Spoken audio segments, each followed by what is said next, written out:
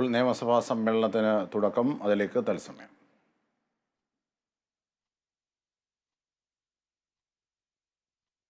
തലക്കെട്ടുകൾക്ക് ശേഷം അതിലേക്ക് എത്താം. ആദ്യം ഈ മണിക്കൂറിലെ പ്രധാന വാർത്തകൾ.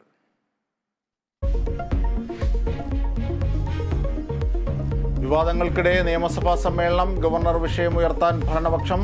വിവാദ വിഷയങ്ങളിൽ പ്രതിപക്ഷത്തിന്റെ അടിയന്തര പ്രമേയത്തിനും സാധ്യത. സഭ പ്രക്ഷുബ്ധമായേക്കും.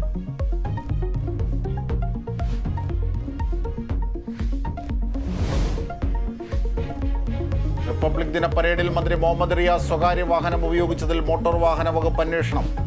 നടപടി നിയമലംഘനമെന്ന് വിലയിരുത്തൽ. മന്ത്രി കളക്ടറോടും കമ്മീഷണറോടും വിശദീകരണം തേടി.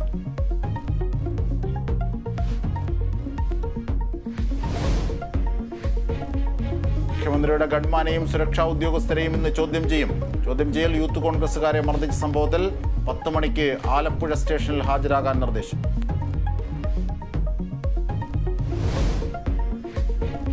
വയനാട്ടിൽ പിടികൂടിയ കടുവയ്ക്ക് ആരോഗ്യ പ്രശ്നങ്ങൾ. മുഖത്തും പല്ലിനും പരുക്ക്. വിദഗ്ധ ചികിത്സയ്ക്കായി തൃശൂർ പുത്തൂർ സുവോളജിക്കൽ പാർക്കിലേക്ക് മാറ്റി.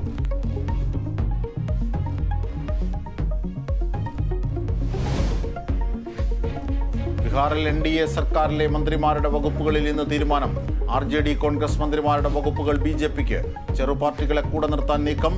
നിതീഷിന്റെ NDA പ്രവേശനത്തിൽ ഇന്ത്യ മുന്നണിയിൽ പൊട്ടിത്തെറിക്ക് സാധ്യത. രാഹുൽ ഗാന്ധിയുടെ ന്യായ് യാത്ര ഇന്ന് ബീഹാറിൽ.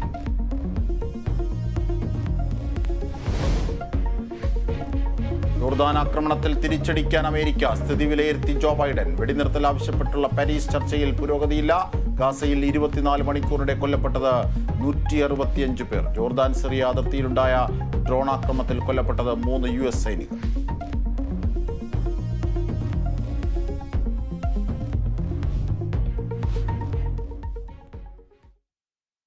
നിയമസഭയിലേക്ക് ചോദ്യോത്തരവേളയിലേക്ക്.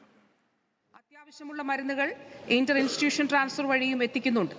മരുന്നുകളുടെ ലഭ്യതക്കുറവ് അവലോകനം ചെയ്യുന്നതിലേക്കായി എല്ലാ ബുധനാഴ്ചകളിലും ആസ്ഥാന കാര്യാലയത്തിലെയും